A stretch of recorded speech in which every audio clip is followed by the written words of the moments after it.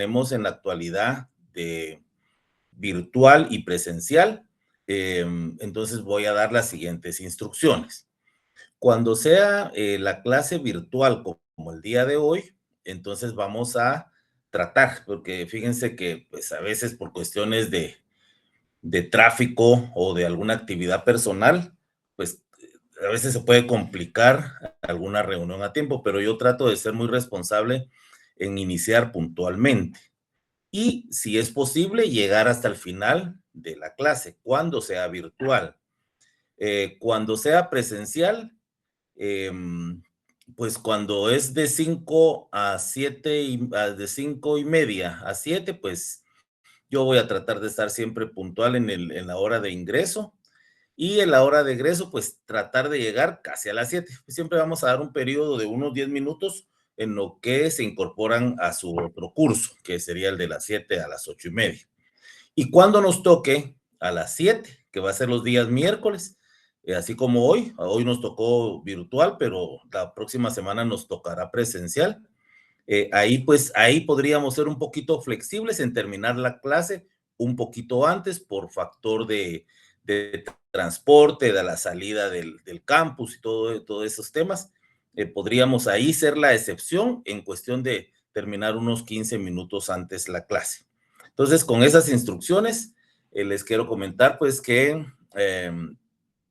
los exámenes que pues tal vez estoy haciendo un preámbulo porque no tuvimos clase el día lunes, y que aprovecho también un paréntesis para pedir disculpas que no pude dar la clase el día lunes, pero no tenía todavía activado mi plataforma. Entonces tuve que hablar con los técnicos de la facultad y me la activaron ya aproximadamente a las 6 de la tarde. Entonces, en ese momento, pues yo lo que hice fue porque no estaba en un lugar donde pudiera transmitir mi clase. Entonces, pedirle las disculpas, las cuales reitero y ratifico en ese momento. Les pido disculpas que por cuestiones de fuerza mayor técnicas, pues no pude impartir la clase el día lunes. Pero ya el día de hoy estamos pues acá presentes. Eh, pues no voy a hablar mucho de mí. Como les decía, pues ya tengo algunos años de estar en el ejercicio de la profesión y bastantes años también en la docencia. Doy clases también en universidades privadas. He tenido pues, gracias a Dios, esa experiencia. Y en el ejercicio profesional, pues he trabajado en iniciativa privada, en la administración pública, he tenido cargos de dirección y pues en el ejercicio de la profesión, tanto en la abogacía como en el notariado. Cuando yo doy el curso de notariado, siempre hago esa observación, siempre resalto eso y les digo, nosotros tenemos la bendición en Guatemala y en Centroamérica, en muchos países que aplican el notariado latino, tenemos la bendición que nos graduamos de dos profesiones.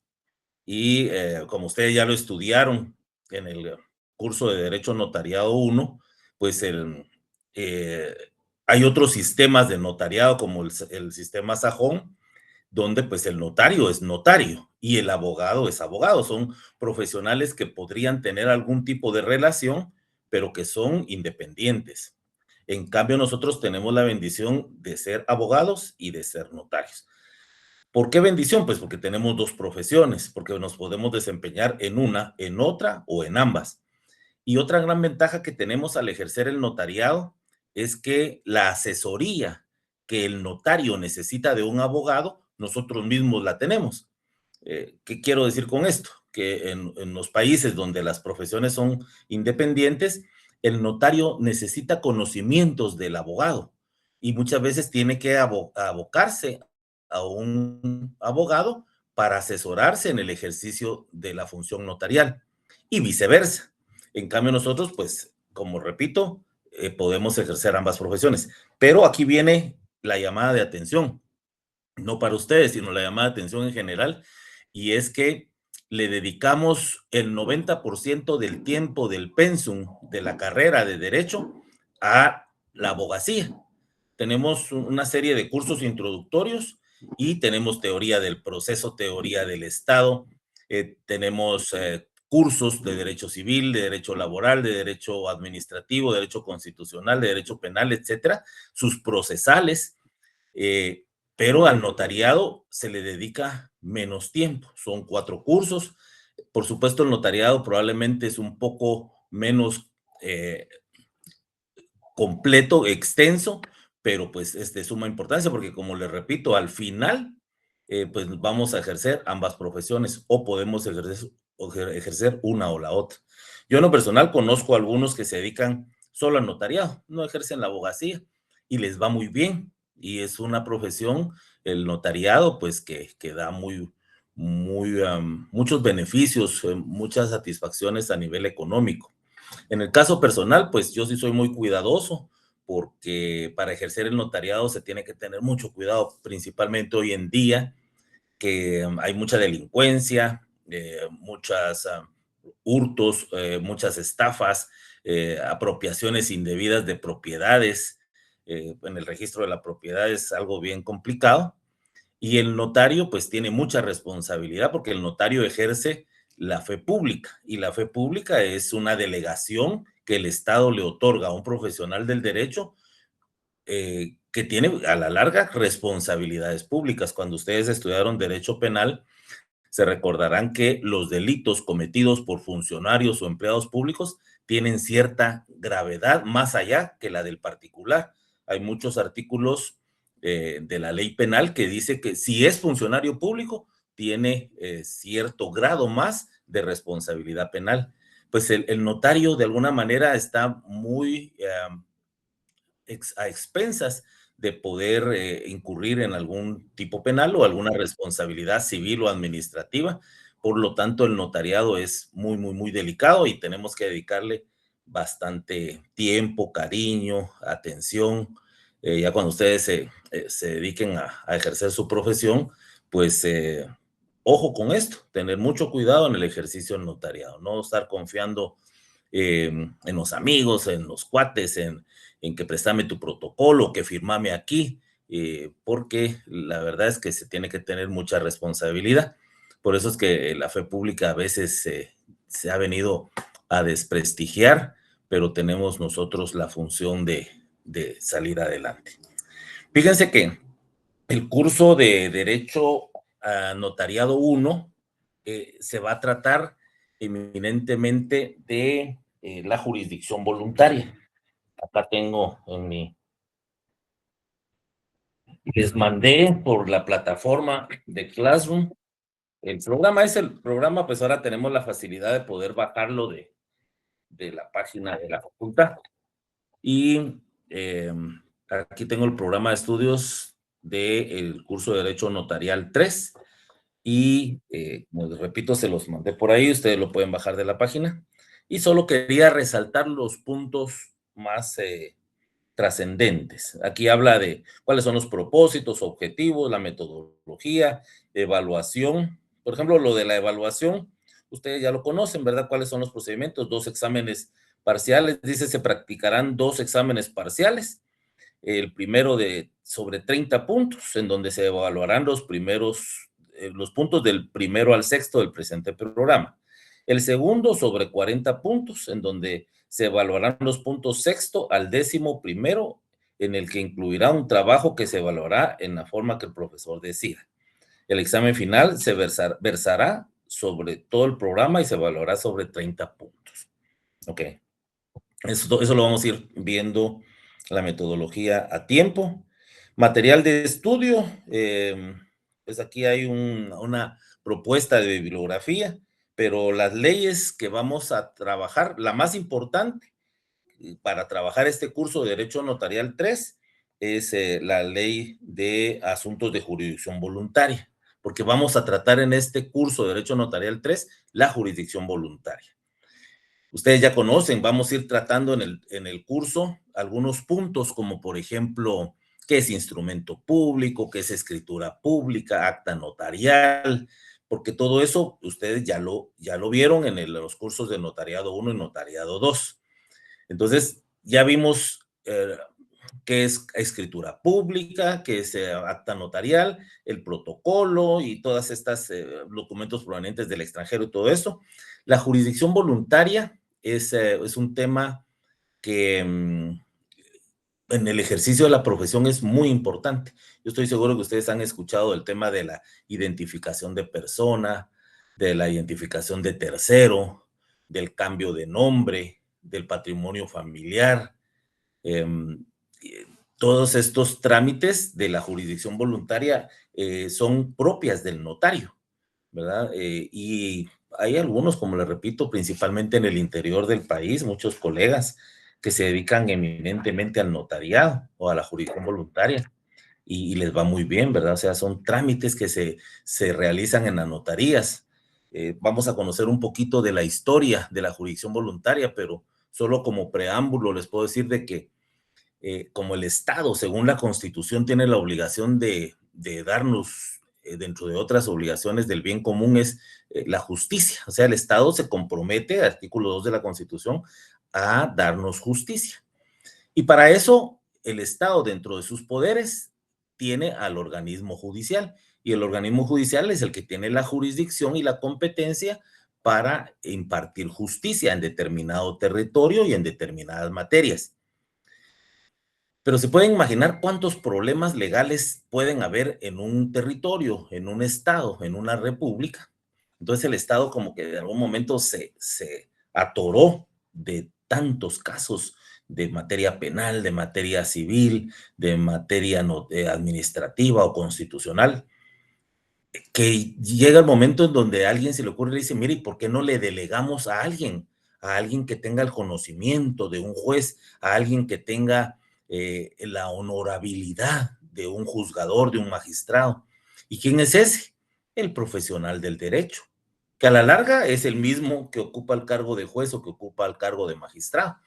Démosle a los abogados, a los notarios, démosle esa función, otorguémosles la fe pública, y todo esto proviene del derecho romano, y démosle ciertos procesos que saturan a los órganos jurisdiccionales y que los notarios perfectamente los pueden llevar en sus notarías.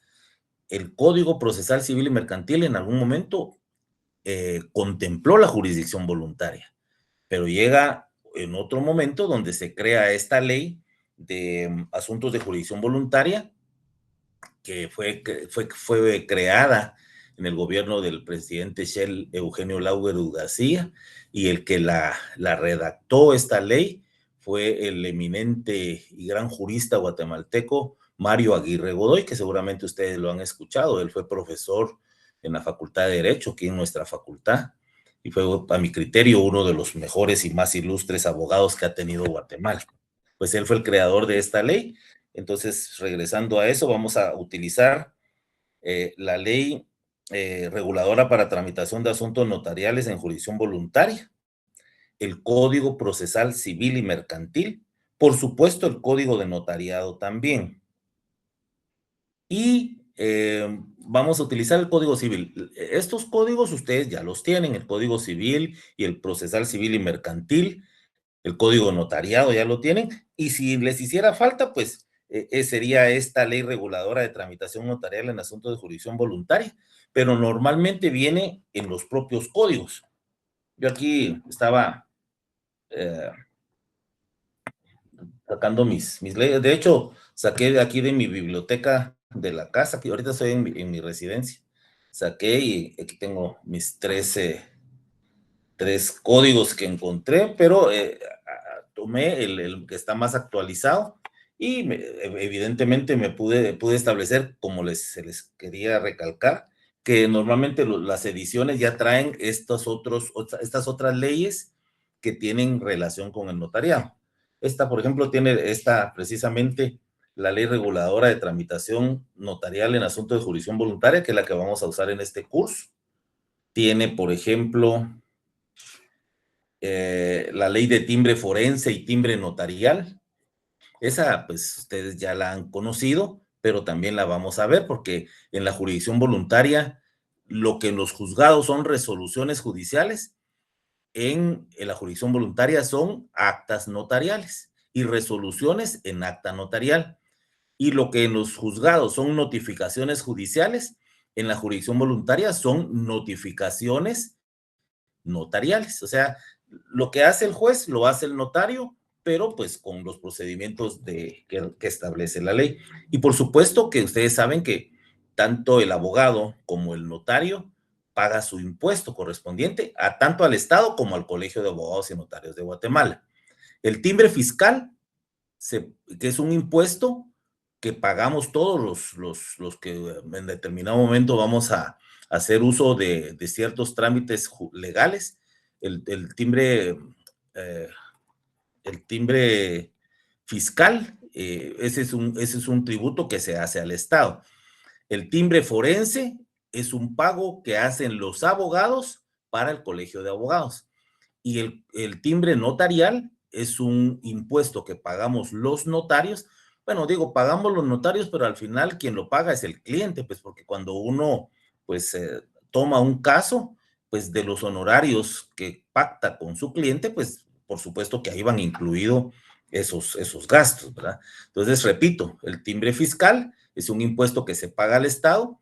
El timbre forense es un impuesto que paga el abogado al Colegio de Abogados y Notarios de Guatemala, y el timbre notarial es un impuesto que paga el notario para el Colegio de Abogados y Notarios de Guatemala. Y para no entrar ya en esa materia, porque no es parte del curso, pero el Colegio de Abogados y Notarios tiene un plan de prestaciones y al final de nosotros los abogados tenemos ciertos beneficios que nos da el colegio, ¿verdad? Entonces, uno de ellos es que al llegar a los 65 años de edad y cumplir otros requisitos, el Colegio de Abogados pues nos da una jubilación. Entonces, ahí es donde todos nosotros vamos contribuyendo para eso. Pues estábamos hablando de las leyes que tiene este compendio. También tiene el reglamento de la ley de timbre forense y timbre notarial. Y vamos a ver qué otro tiene. Tiene reglamento de procesos sucesorios. Reglamento del registro de procesos sucesorios. Los procesos sucesorios, pues ustedes ya saben, pues son los de la sucesión hereditaria y testamentaria.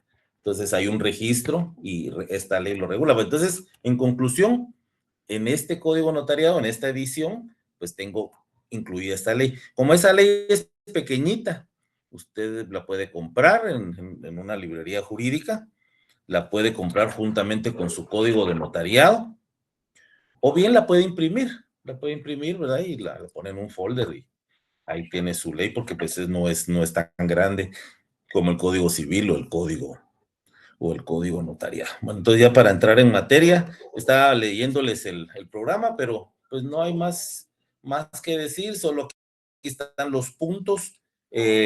Algo que tenemos que tener claro, yo normalmente lo digo, es el tema de la certeza jurídica. Nosotros, ustedes y yo, si algo tenemos que realmente sentirnos orgullosos es que nuestra profesión se basa en la certeza jurídica. Y la certeza jurídica es porque lo que la ley establece es lo que podemos hacer o no hacer. La Constitución en el artículo 5 dice que todos tenemos libertad de acción. Podemos hacer todo lo que la ley no nos prohíbe, esa es la libertad de acción. Y los funcionarios o empleados públicos únicamente pueden hacer lo que la ley les faculta hacer. Eso se llama principio de legalidad. Entonces, la certeza jurídica es que si está escrito, pues ahí yo me guío, yo me baso en eso. Y aquí tenemos un programa de estudios donde nos dice cuál es el contenido de este curso. Ya para entrar en materia, solamente les voy a indicar los títulos. El primero dice um, jurisdicción voluntaria. ¿Qué es la jurisdicción voluntaria?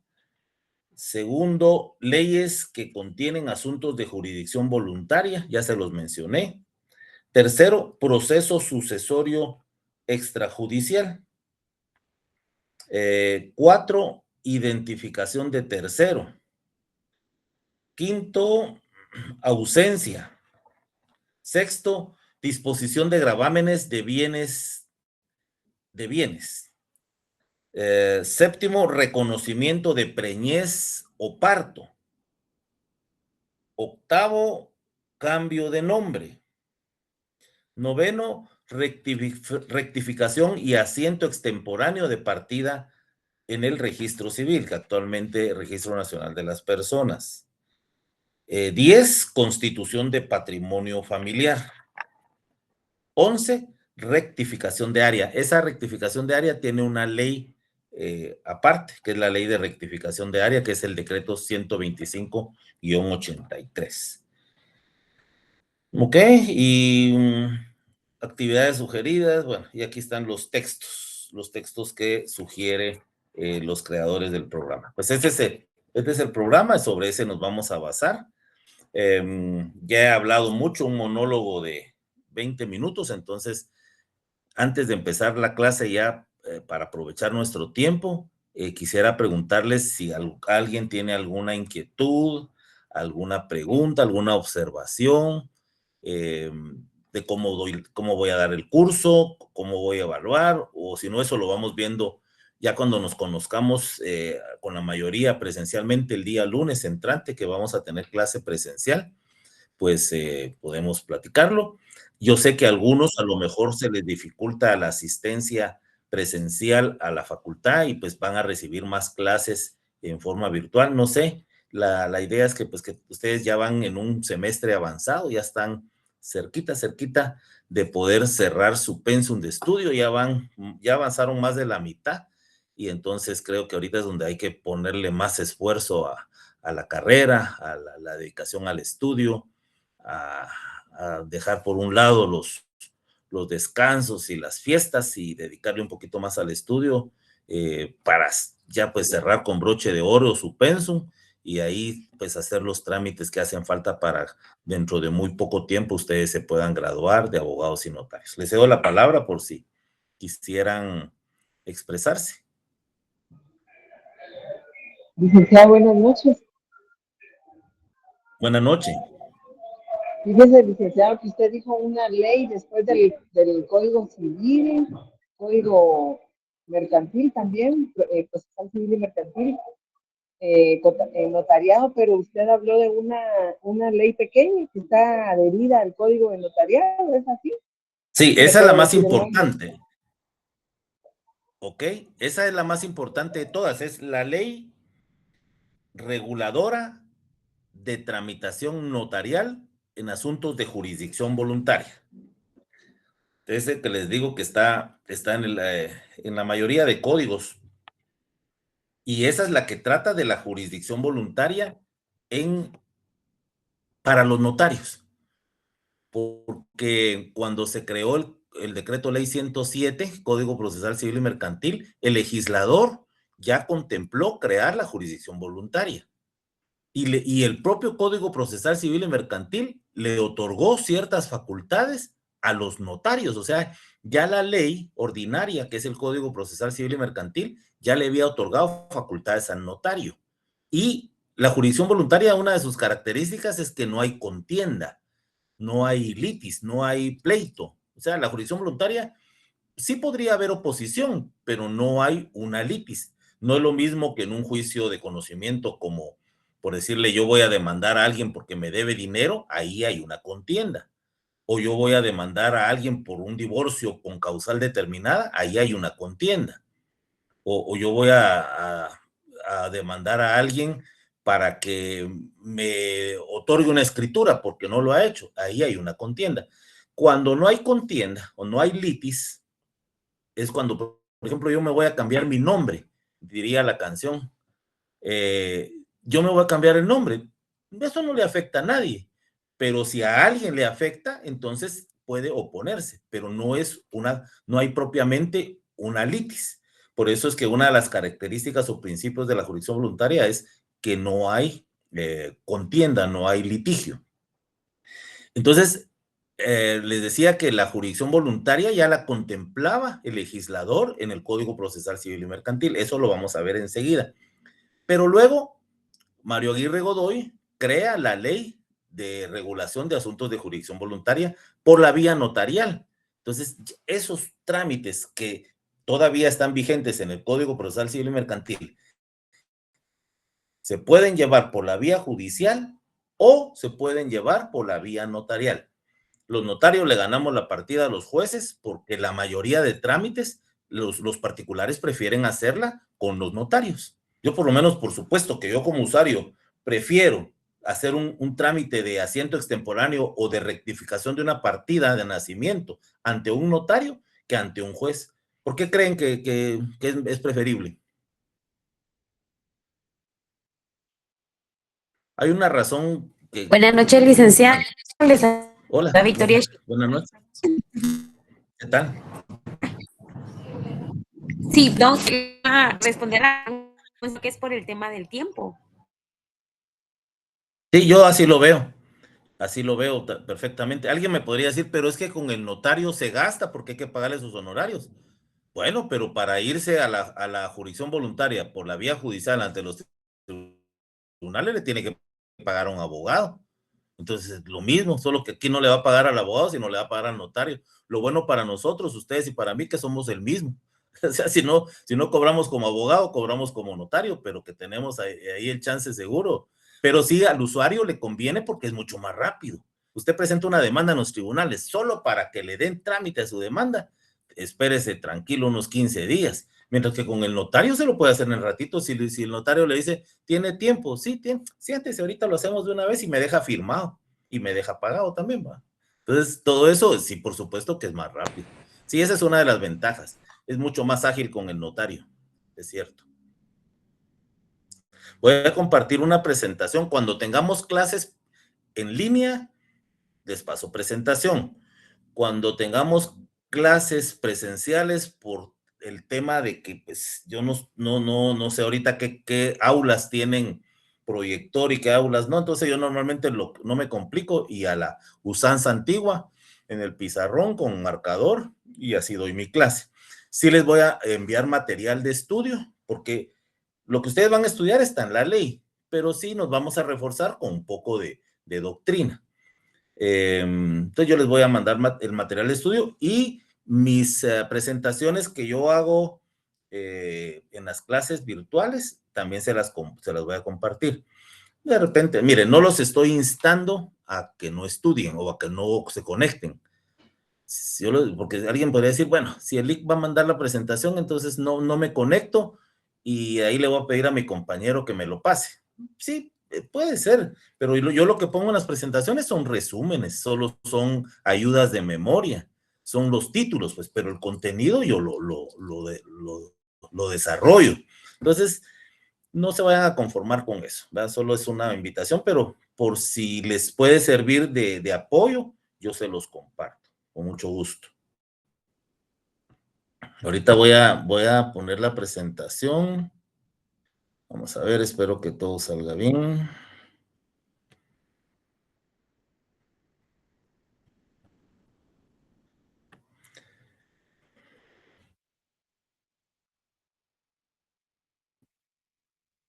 Ok. Jurisdicción voluntaria, derecho notarial 3.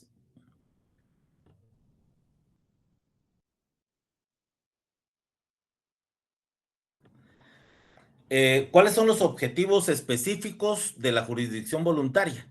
Es establecer la diferencia entre una jurisdicción voluntaria y una jurisdicción notarial. Como ya se los había dicho hace un momento, el Código Procesal Civil y Mercantil ya regula la jurisdicción voluntaria. O sea que cuando se la trasladan al notario, ya existía la jurisdicción voluntaria. Desde el derecho romano existe la jurisdicción voluntaria. Recuérdense que del derecho romano pasó al derecho francés, del derecho francés pasó al derecho español y del derecho español al derecho en América Latina, pues porque nosotros por eso tenemos esa tradición romano jurídico canónico, porque del derecho romano se traslada a Francia, a España y luego a las Indias o a la América Latina. Por eso es que nosotros tenemos el sistema romano, a diferencia del common law que usan principalmente los norteamericanos y parte de Canadá. Entonces, la diferencia entre la jurisdicción voluntaria y la jurisdicción notarial, que a la larga es quién la ejerce. La jurisdicción voluntaria por la vía de los tribunales, pues todos los usuarios lo pueden utilizar con el auxilio de un abogado. Y en la jurisdicción notarial, acudir a las notarías o a las oficinas de los notarios a tramitar sus asuntos de jurisdicción voluntaria. 2, identificar la ley, principios fundamentales de la misma. 3, explicar y definir correctamente cada uno de los principios fundamentales. 4, aplicar correctamente los principios fundamentales en los diferentes asuntos que ante notario se pueden formalizar de conformidad con la ley reguladora de tramitación notarial de asuntos de jurisdicción voluntaria. Ahorita voy a hacer un paréntesis. Necesito que sin falta esa ley la tengamos ya el día lunes. Por favor.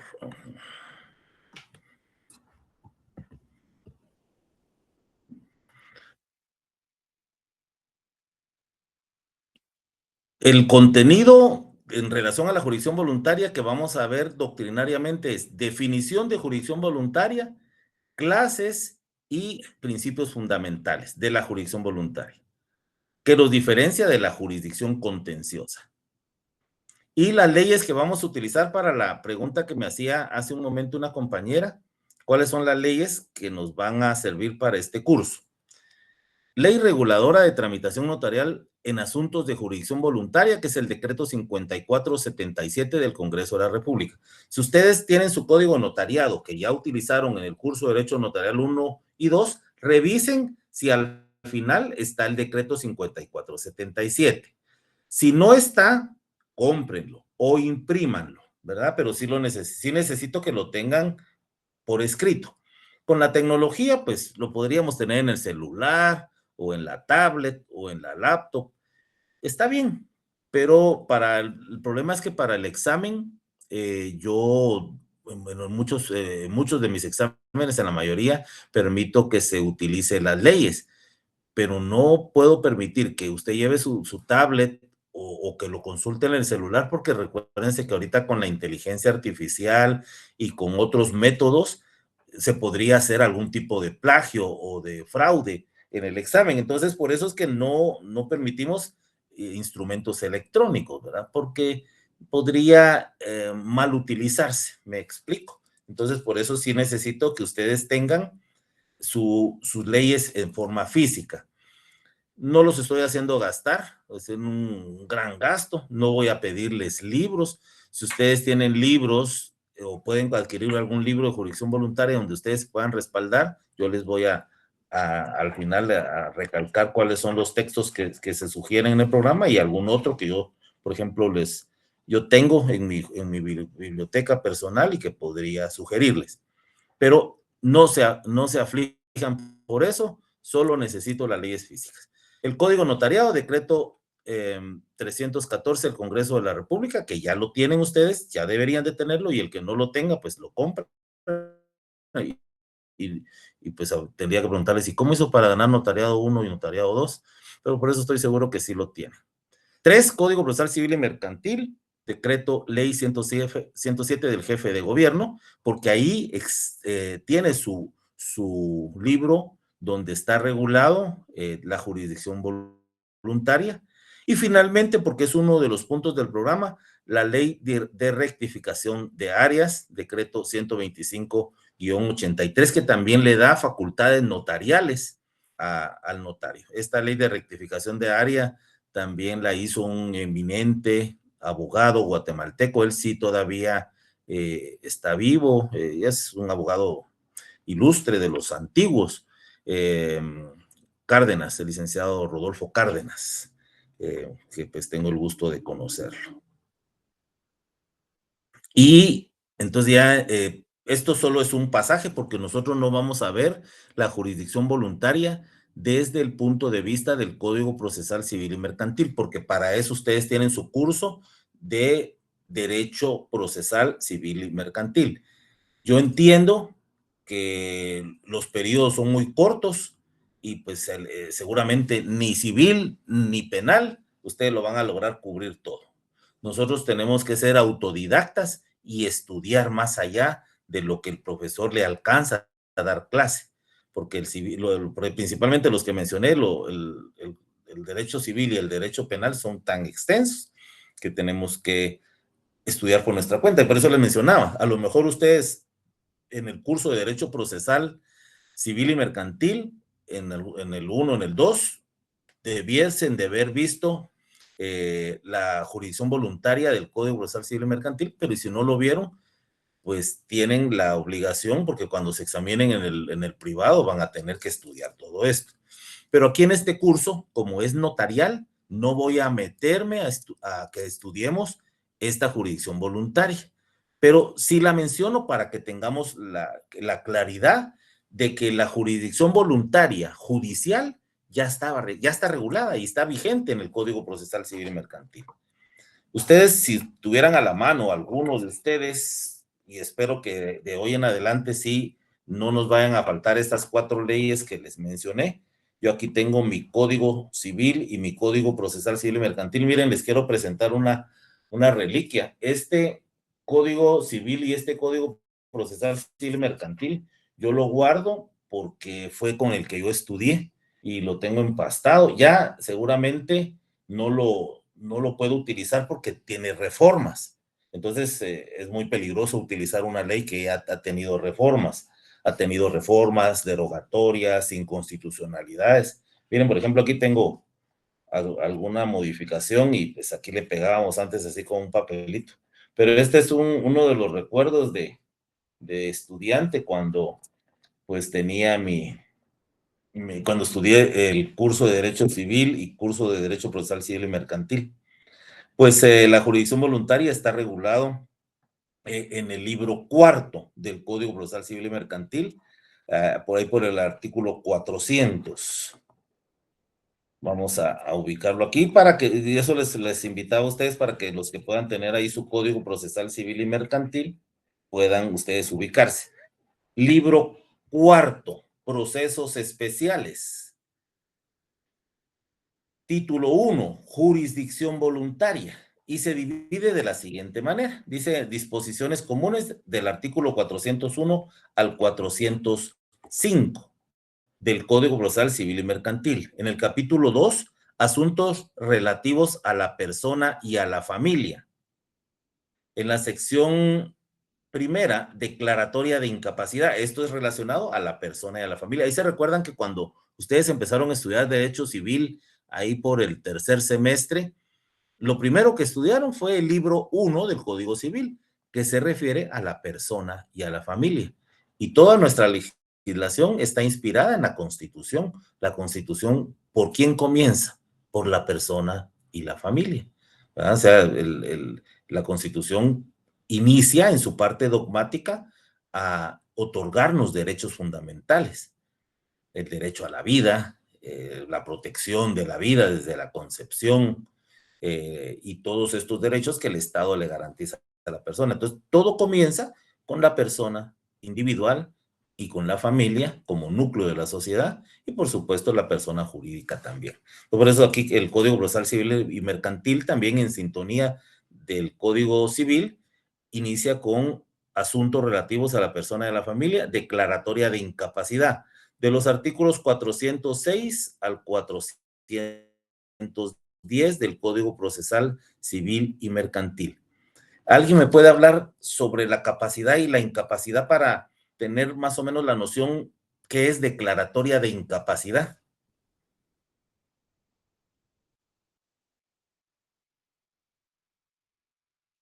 O lo pueden ver en el 406 al 410.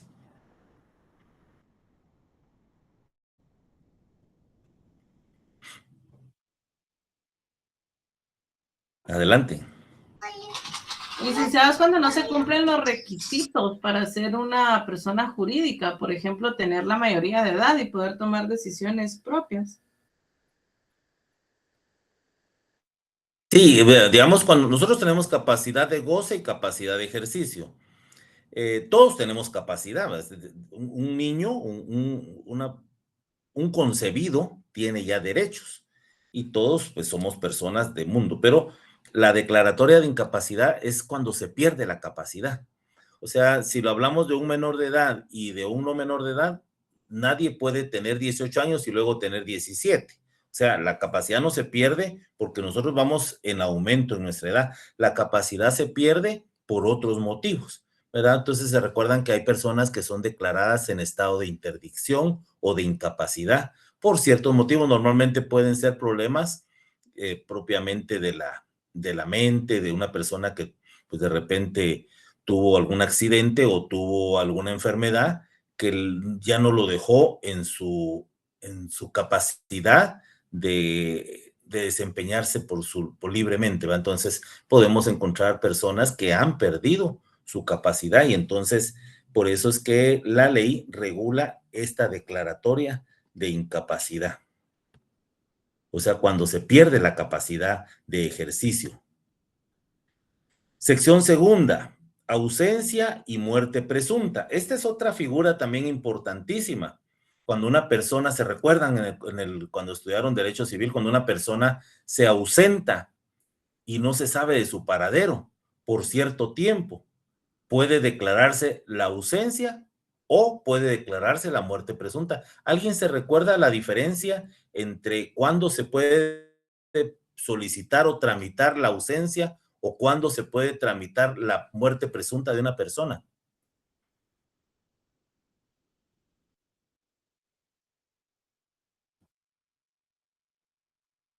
¿Qué manda? Pues según lo que... Licenciado, buenas noches. Cristian Ortiz le saluda. Según lo que estaba platicando usted en la sección Mucho gusto. segunda, artículo 411, la pérdida, la declaración de ausencia, el juez con intervención del Ministerio Público mandará a recibir información que compruebe lo siguiente: el hecho de la ausencia, la circunstancia de no tener el ausente parientes o mandatario con facultades suficientes ni tutor en casa de ser menor o incapacitado, y en tercer lugar, el tiempo de la ausencia. Con la solicitud deberá acompañar los documentos que conduzcan a aprobar los extremos indicados en este artículo. Es correcto.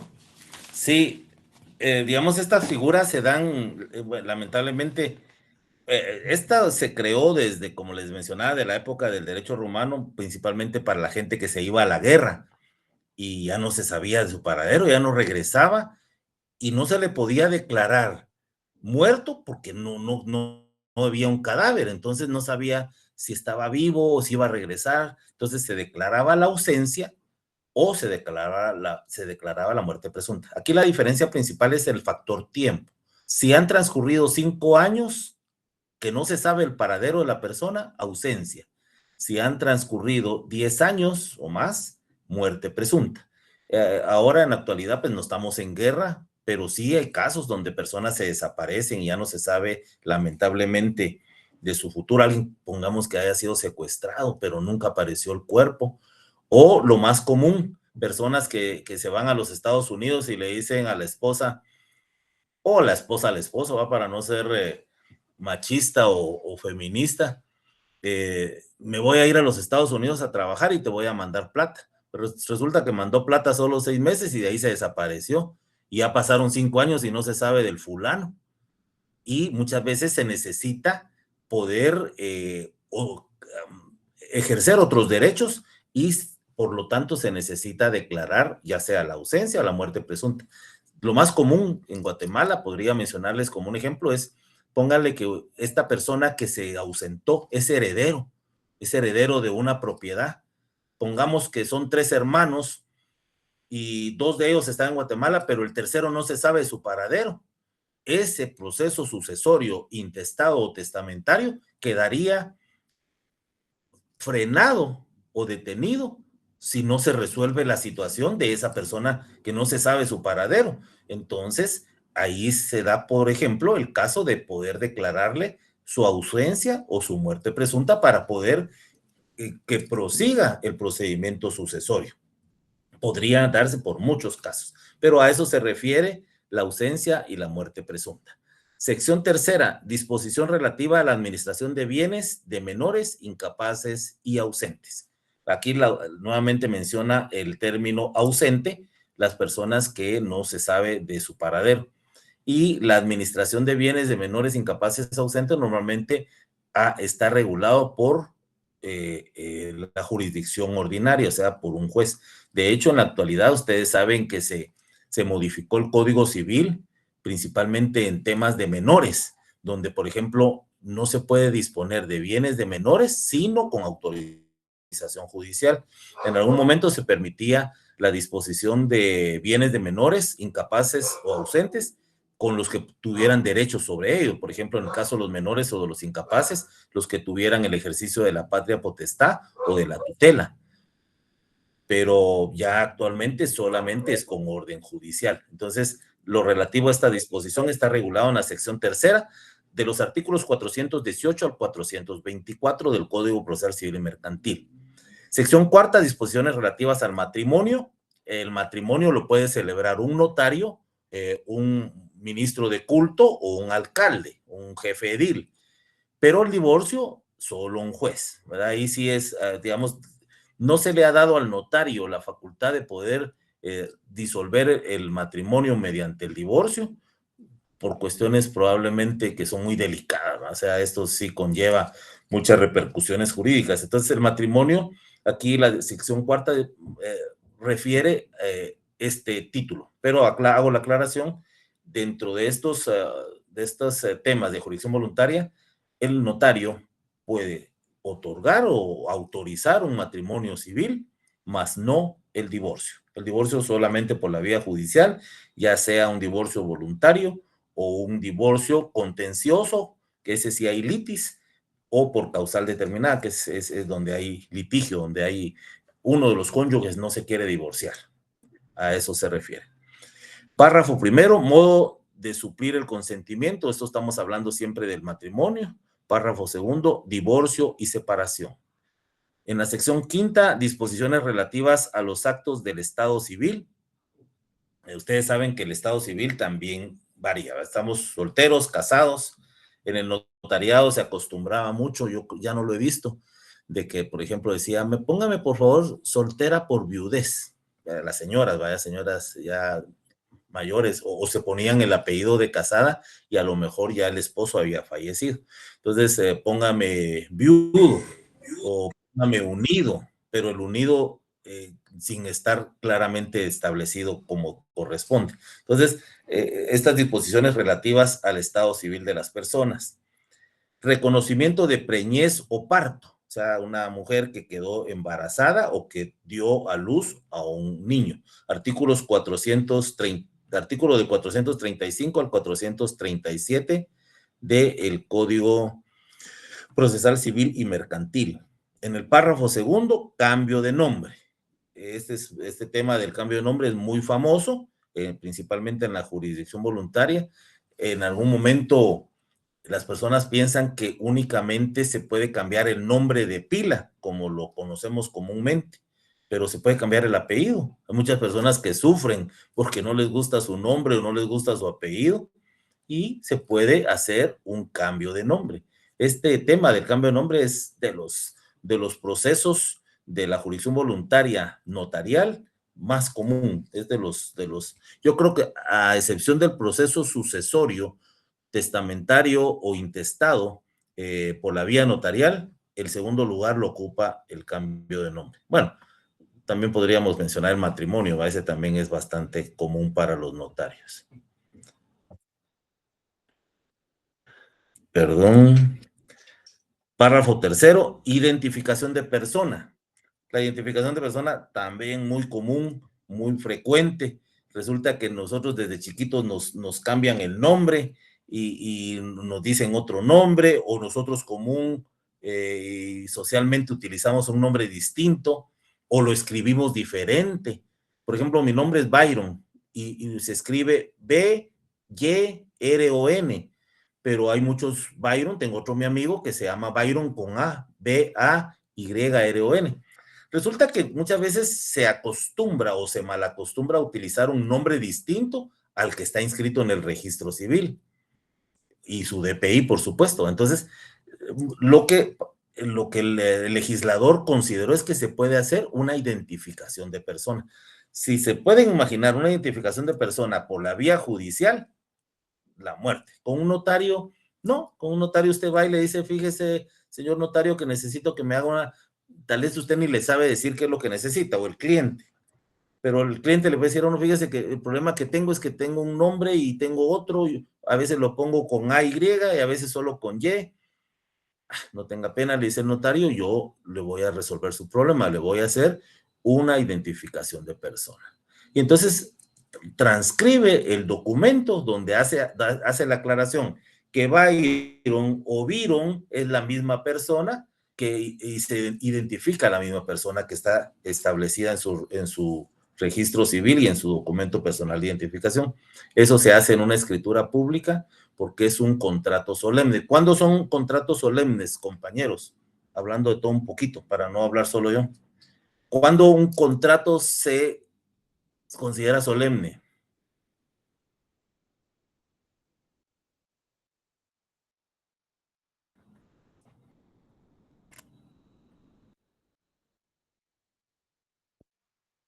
Adelante.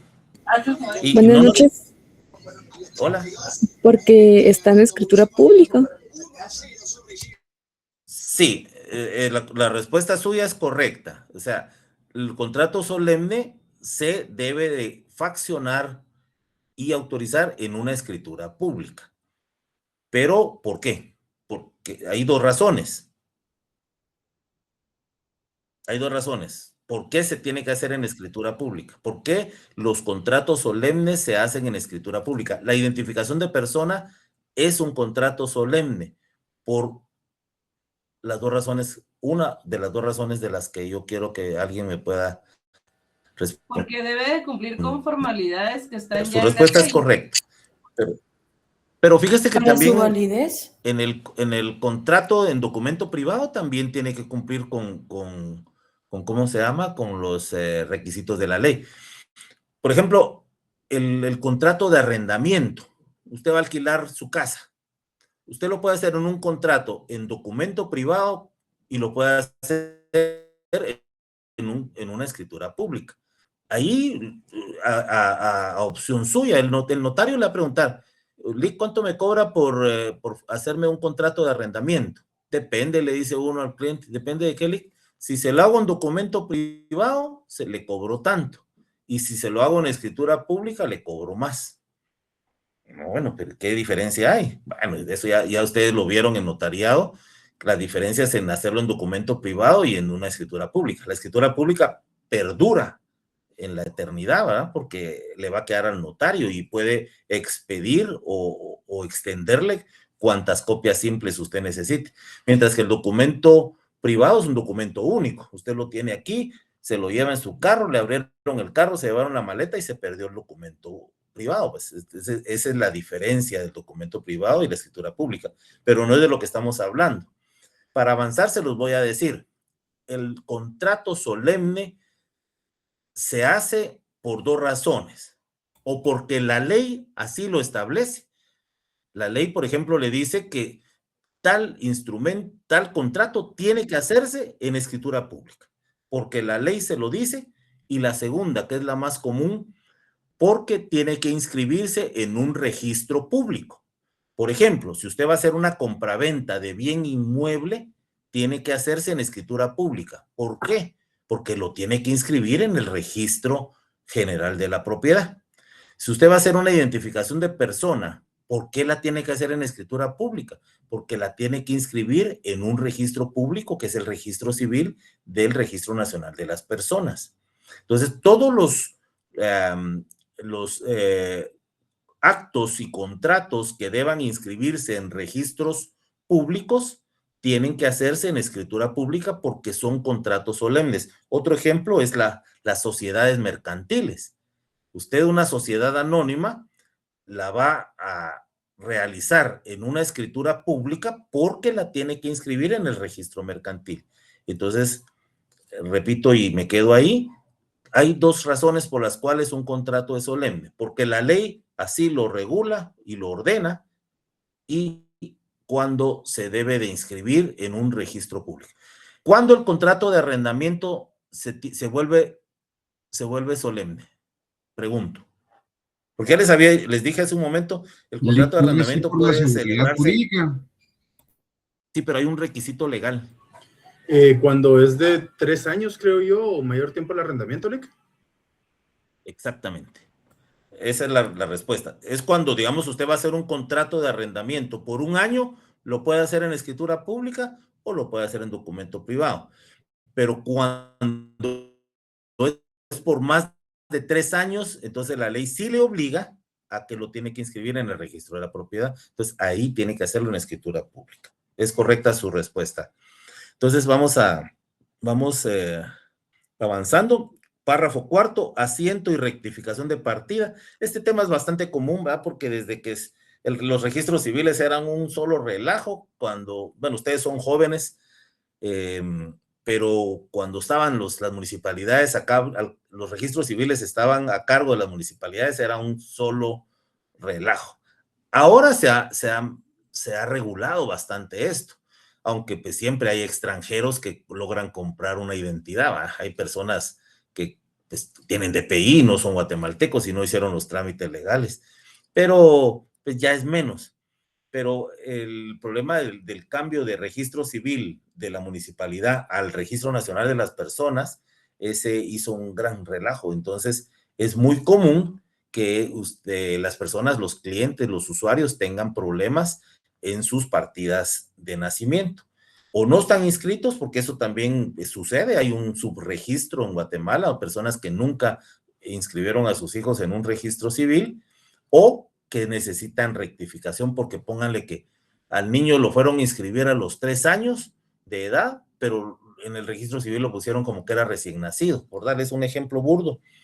Y entonces, en determinado momento, va a necesitar esa persona que se haga una rectificación de partida. O pusieron el nombre de, póngale que no se me ocurre, el vecino llevó al niño a inscribirlo porque el papá no estaba, y la mamá le pidió favor, mire, don Jaime, vaya a inscribirme al niño, y pusieron a don Jaime como papá, y él no era. Pero errores absurdos podrían pensarse en algún momento, pero existen, ¿verdad? Entonces, no voy a profundizar en esto porque, insisto, esto estamos hablando, solo es un repaso, jurisdicción voluntaria en el Código Procesal Civil y Mercantil. Donde sí lo vamos a ver a fondo es en la jurisdicción notarial, jurisdicción voluntaria por la vía notarial en la ley correspondiente. Vamos terminando. Sección sexta, patrimonio familiar, ¿verdad? También el Estado, en algún momento en el Código Procesal Civil y Mercantil, que proviene del derecho romano, trata de proteger los inmuebles de una familia. Ese es el patrimonio familiar. De hecho, hay muchas instituciones muy antes, el BAMBI, el Banco Nacional de la Vivienda, actualmente UDEVIPO o FOPAVI, creo que es UDEVIPO, que es Vivienda Popular, son instituciones del Estado que otorgan bienes inmuebles de bajo costo, pero protegen ese patrimonio, porque entonces el Estado no estaría cumpliendo con su función si, por ejemplo, le otorga una casita a una familia, pero al año ya la están vendiendo. O sea, entonces no tendría razón de ser de promover precisamente esa función que el Estado debe garantizar, ¿verdad? De la vivienda popular. Entonces, el patrimonio familiar es una figura que protege el patrimonio de la familia. Está regulado en los artículos del 444 al 446 del Código Procesal Civil Mercantil, y finalmente en el capítulo tercero, subastas voluntarias, del 447 al 449. Alguien me decía, algún estudiante me decía en algún momento, Lick, pero es que es mucho leer.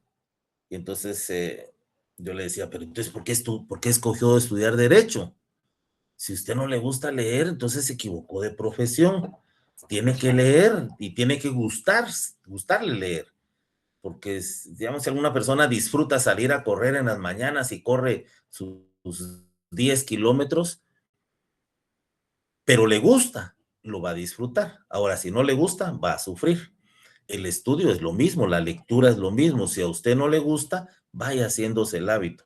Y ahorita, como primer tarea, les digo que yo quisiera toda esta jurisdicción voluntaria por la vía judicial que les mencioné, del artículo 401 al 449. O sea, estamos hablando menos de 50 artículos, darles una leidita.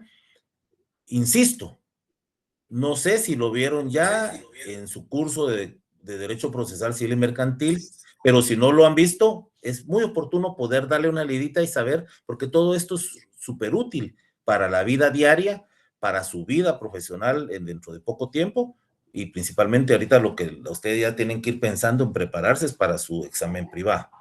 Bueno, entonces, continúo ahorita. A partir del día lunes vamos a empezar a ver ya todos los puntos relativos a la ley reguladora de tramitación notarial de jurisdicción voluntaria, que es el decreto 5477 del Congreso de la República. Entonces sí necesito que lo lleven, al igual que el Código Notariado, al igual que, por supuesto, la Constitución Política de la República de Guatemala, que esa deberíamos de tenerla siempre. Y la ley del organismo judicial, aunque en este curso no nos va a servir, pero pues siempre les aconsejo que siempre lo carguen. Y la otra es la de rectificación de área, pero esa no la necesito ahorita, esa va a ser ya para el final del curso. Antecedentes así muy brevemente, muy puntual.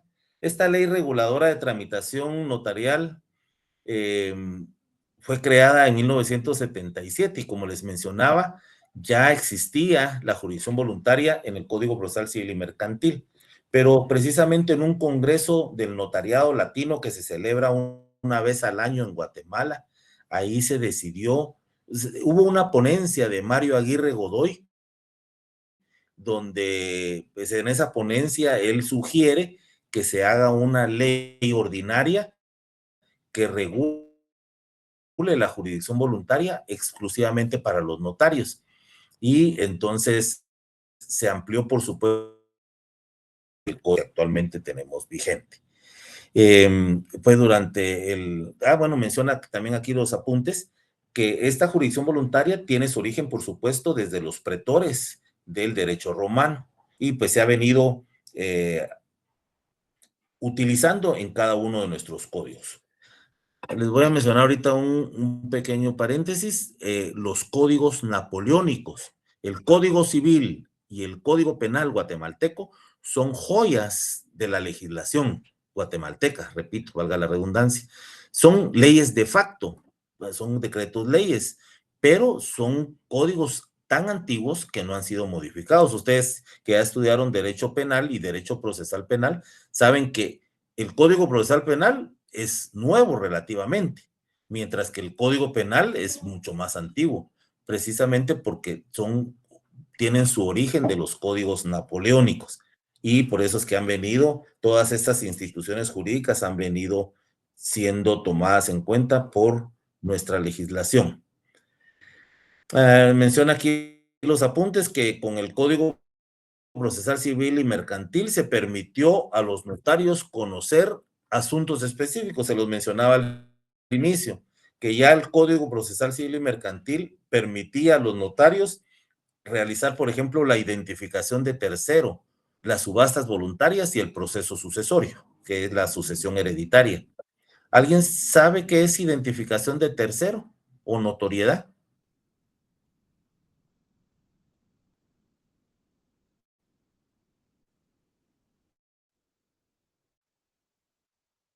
Vamos hace un momento, identificación de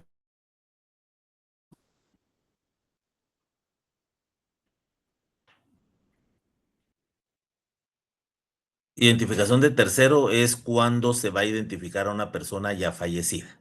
Entonces, esa es la principal diferencia. O notoriedad. Entonces, por ejemplo, yo me ponía de ejemplo, mi nombre Byron puede escribirse de diferente manera, entonces necesito hacer una identificación de persona. Pero al momento que yo ya no esté en esta vida, en este mundo, que yo ya haya fallecido, podría hacerse ese trámite por supuesto, por parientes o personas que tengan interés en ello, pero ese trámite se llama identificación de tercero o de notoriedad, y ese es un trámite que lo pueden hacer los notarios. Precisamente de esta ley de jurisdicción voluntaria, como les mencionaba, por el doctor notariado latino en Guatemala, se agregaron otras figuras como el patrimonio familiar, la rectificación de partidas de nacimiento, el cambio de nombre y el asiento de partidas de nacimiento, entre otros.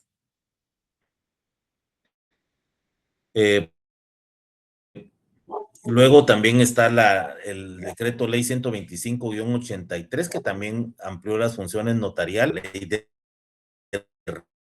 rectificación de área, que está hablando de rectificar. Eso es actualmente en mi oficina, en el registro de la propiedad, porque mi cliente me pidió que le inmovilizáramos 2 inmuebles, porque a ella la estafaron quitándole un inmueble en la antigua.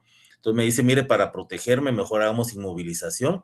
Y cuando presento las 2 inmovilizaciones, una sí me la operaron, pero la otra no, me la suspendieron y me dicen que lo que pasa es que las medidas, el área del inmueble no está de acuerdo a los libros.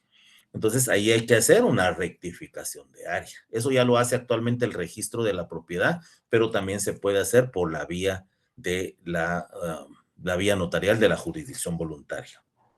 Y aquí menciono muy brevemente algunos de los principios fundamentales que regulan la jurisdicción voluntaria. Dentro de esos está el principio de forma, de inmediación, de rogación, o sea, petición de parte, de consentimiento, de seguridad jurídica, de autenticación, de fe pública, de publicidad y ausencia de litigio entre las partes. O sea, la jurisdicción voluntaria se caracteriza por eso, ¿verdad? O sea, todos estos principios, y hay algunos también que no menciono acá en la presentación, que se aplican en este trámite. Y el más importante es que normalmente está fuera de litigio, fuera de contienda. No hay partes contendientes o partes antagónicas en este proceso. Asimismo, se aplica otros principios generales como el de la escrituración, esto pues es eminentemente escrito, inmediación, principio dispositivo, publicidad, economía procesal y sencillez. Aquí hay una reflexión de Malcolm X que dice: la educación es el pasaporte hacia el futuro, porque el mañana pertenece a quienes se preparan para el hoy. Malcolm X, que fue un líder revolucionario en los Estados Unidos, que ustedes recordarán. Bueno, esa es la presentación de hoy, porque como lamentablemente el día lunes no pudimos tener la clase por los motivos que ya les había expresado, pues de eso va a tratar el curso. Entonces, vamos a tratar los temas que regula la ley de tramitación de procesos en la vía voluntaria. Es el decreto 5477 del Congreso de la República. Es una ley pequeñita. Tienen ya con las derogatorias 27 artículos. Y es que aquí derogaron el tema de la adopción, porque la adopción también era una institución que la regulaban los notarios, pero yo no sé si ustedes han escuchado, hubo notarios que se hicieron millonarios con este trámite de esta institución de la adopción, que es una institución tan noble, tan aplaudible cuando se hace en forma correcta. ¿Cuántos niños realmente que les cambió la vida, que pues ahora viven en otra realidad, con una familia que los ama, en una situación económica distinta, una situación de educación y otra realidad totalmente diferente a la que hubiera vivido en su país de origen?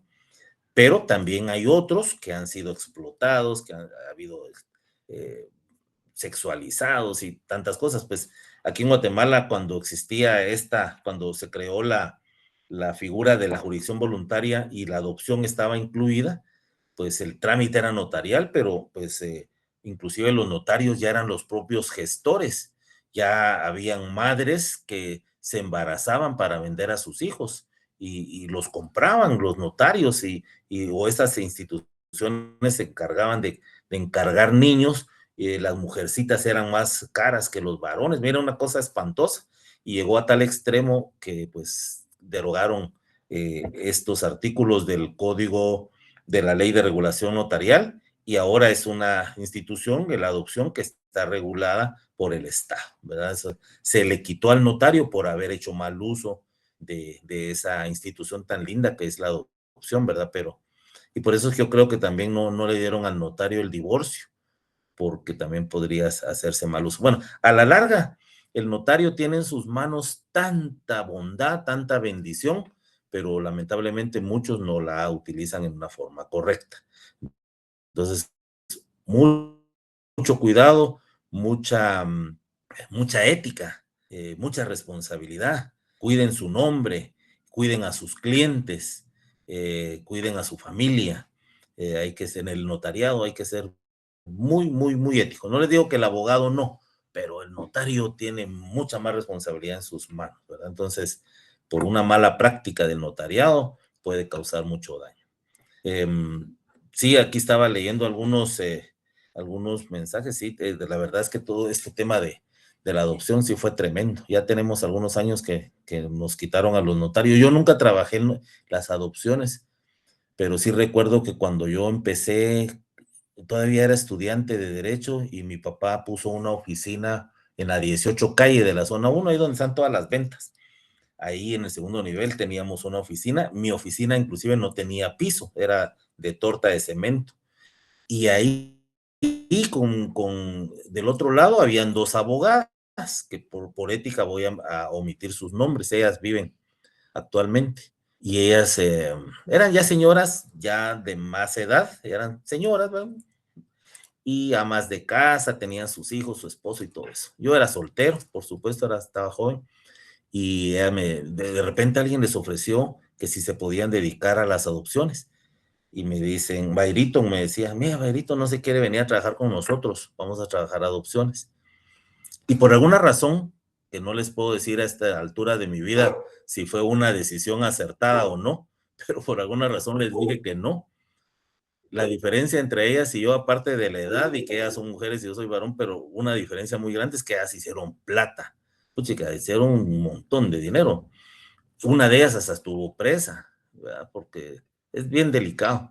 Yo por alguna razón, como les digo, no me arrepiento. Uno no debe arrepentirse de lo que ya pasó, de lo que pasó ayer, porque o acertó o no acertó en la decisión que tomó, pero hay que darle gracias a Dios porque estamos acá. ¿Qué manda, Roberto? Hola, licenciado, buenas noches. Sí, yo recuerdo que conocí a un notario en esa época de la que usted habla, antes de que se rectificara el convenio de la Haya, de la Haya, es verdad, que básicamente pues Sí. tenía alrededor de 30 niños y él decía que cada niño tenía una representación de $10,000 de ganancia, ¿verdad? Entonces, como usted dijo, realmente pues sí se acaudalaron y se enriquecieron a raíz de la mala práctica, porque esto conllevó a que se incrementara el robo de niños, de infantes, incluso venían mujeres fuera de Guatemala, las cuales en las municipalidades no existía el RENAP, es decir, se asentaban cédulas en los municipios, había corrupción y estas personas pues daban los niños en adopción y alrededor de 25,000 quetzales era lo que representaba para ellas como beneficio, ¿verdad? Por así decirlo.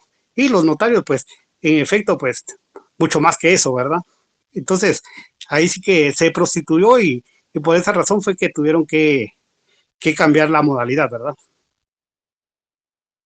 Sí, Roberto, fíjese que lo que cobraba, bueno, lo que yo supe porque conocí a algunos notarios, era $25,000 por niño. Por supuesto que ahí conllevaba pagarle a la trabajadora social que tenía que rendir un dictamen en el juzgado de familia. Le pagaban a la persona que cuidaba niños. Esas personas se ayudaban mucho también, ¿va? Porque eran amas de casa que no podían salir a trabajar o cuidaban a sus hijos, pero cuidaban hijos ajenos, que eran estos niños que estaban en trámites de adopción. A los pediatras que miraban pues que los niños estuvieran más o menos bien de salud, su ropita y cosas de esas, pero $25,000 hace 25 años, y ese era de un niño, pero había notarios que trabajaban con 40, 50, 60 menores, ¿va? Era una cosa increíblemente rentable, ¿va? Pero pues no todo en la vida es dinero. Yo creo que nosotros los notarios tenemos que privilegiar nuestra carrera. Miren cuánto cuesta estar dedicados al estudio y lo que ustedes están dedicando de su tiempo, de su juventud, y para, pues, en un futuro muy próximo ser abogados y notarios, pero hay que empezar con buen pie. Pero sí, hablando de la adopción, sí, nos la quitaron a los notarios, ¿no? Porque si todavía existiera, si no hubiéramos hecho mal uso de esa figura, pues podríamos de repente todavía hacer trámites de adopción, ¿verdad? Pero ya no lo podemos hacer por la mala gestión de muchos notarios. Entonces, bueno, yo les había dicho pues que cuando son clases virtuales, pues vamos a tratar de ocupar la hora y media, ¿verdad? Tanto es la de los lunes o la de los miércoles, pero en el día de hoy creo que ya estamos con los puntos. Tal vez solo les quería recalcar sobre los textos. La bibliografía, pues siempre los programas lo regulan. Aquí, por ejemplo, nos menciona el libro Procedimientos Notariales en Jurisdicción Voluntaria de Ricardo Alvarado Sandoval. Ricardito Alvarado Sandoval, él fue mi profesor de Derecho Notariado, mi amigo, le tengo mucho cariño. Él ya falleció hace pocos años, fue presidente del Colegio de Abogados y Notarios de Guatemala, fue magistrado de la Corte de Constitucionalidad, electo por el Colegio de Abogados y Notarios. El libro es el que recomienda. El otro es Mario Aguirre Godoy, Derecho Procesal Civil, Jurisdicción Voluntaria. Él, para mí, de los mejores abogados que ha tenido Guatemala. Y hay otros, ¿verdad? Intervención del notario en asuntos de jurisdicción voluntaria de María Eugenia Berché, Derecho Notarial y Derecho Registral de Luis Carral y de Teresa. Eso ya son libros extranjeros. Vilma Esperanza Chévez Reverría. A total que aquí menciona 13 libros. Si pudieran ustedes obtener uno que les recomiendo es el de Neri Muñoz, también Jurisdicción Voluntaria Notarial de Neri Roberto Muñoz. Él también fue profesor de Derecho Notarial en la facultad y ya falleció. Pero pues así es la vida, ¿no? Entonces, para mí ha sido un gusto presentarme por esta vía virtual. La siguiente clase es el próximo lunes. Espero conocerlos a la mayoría, que puedan llegar a clase. Pues yo voy a tratar de estar puntual y de empezar puntual, y por favor sí voy a necesitar que tanto en forma virtual como en forma presencial tengamos participación, ¿verdad? O sea, hablemos, preguntemos, comentemos.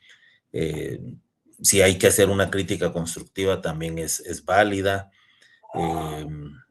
Lo que usted considere, pero recuérdense que ahorita ya con la oralidad, el abogado, el notario, pues sí necesita tener expresión. Entonces el alumno, por supuesto, muchas veces nos quedamos con la duda porque no nos atrevimos a preguntar, pero yo los invito. Yo tengo cara de enojado, pero no soy tanto, ¿eh? Yo lo único que les digo es respetémonos, podemos bromear, podemos hacer un chiste, una broma, todo eso es válido, sin faltarnos el respeto, ni ustedes a mí, ni yo a ustedes, ni entre ustedes tampoco, ¿verdad? Mantener siempre el respeto y no ser una clase tensa, así, de Dios, ay, el que se mira cara enojado y nos va a regañar. No, aquí ya no estamos en la escuelita, aquí ya estamos a nivel universitario y podemos tener la tranquilidad y la libertad de poder expresarnos, ¿verdad? Entonces, si ya no hay más que platicar, pues nos vemos el próximo lunes, primero Dios. Gracias, licenciado. Feliz noche. Buenas noches, licenciado. Muchas gracias.